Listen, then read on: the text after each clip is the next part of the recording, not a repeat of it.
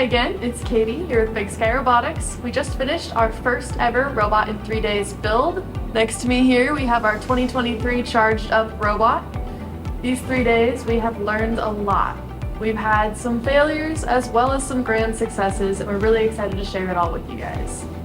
Hello, my name's Ethan, and I'm a mechanical engineering student here at Montana State University. Currently in my junior year, and I'm really happy to be part of this team for his first year. So, right here is our arm concept. This is a virtual 4-bar, basically meaning that it's driven by a motor that moves the second arm in relation to the first.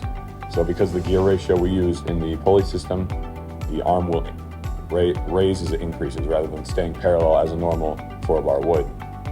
So we learned a lot from this arm right here, including generally the method of power transfer causes a lot of issues, and we're not currently able to fix it because we don't have the correct equipment on hand to do so. So we used belts, which was what we had on hand, and it did not work because of the high torque required to increase to raise the arm. So, and not only that, the pulleys we used were 3D printed, meaning that they tended to bore out and strip along the hex shaft. And some of the pulleys were too small to bolt to anything. So that's something that can definitely be improved upon. One of our design concepts to change it is to use sprockets and chain instead. It will give us a better, basically, ability to transfer power up the arm. We did get it to move once, and it moved fairly well with the help of these air cylinders that act as kind of constant force devices to provide help to basically the weight of the claw at the end. So overall, generally, it seems that it could work, although there will need to be a few more tweaks to allow it to do so. Hello, my name is Tyler. I'm a freshman here at MSU, and I helped build this grabbing mechanism to pick up cones and cubes. And the main part of this is it's able to self-right the cone when it picks it up. It has these 3D printed spinning compliant mechanism,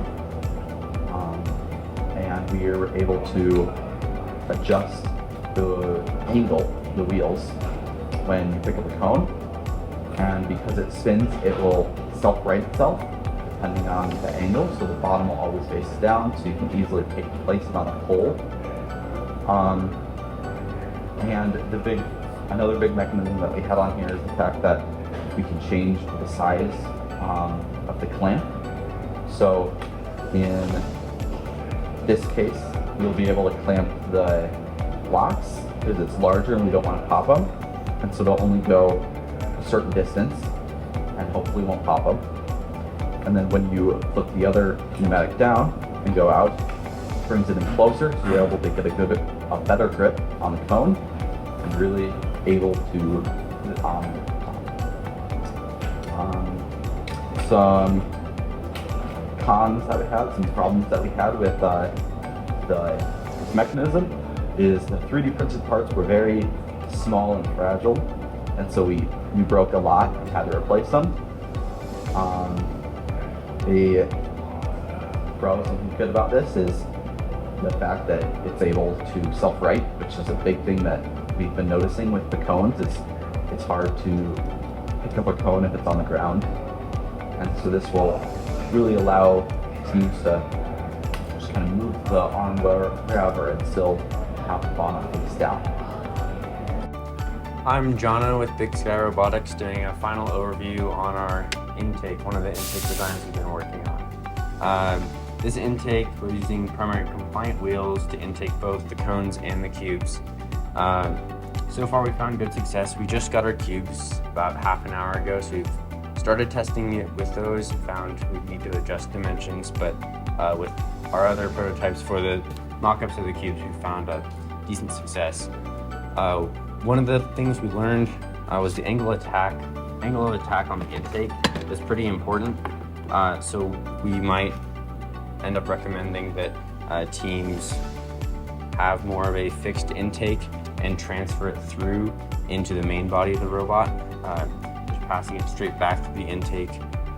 Another thing we've noticed is the bottom of the cone and the face of the cube are much closer than the initial dimensions seen.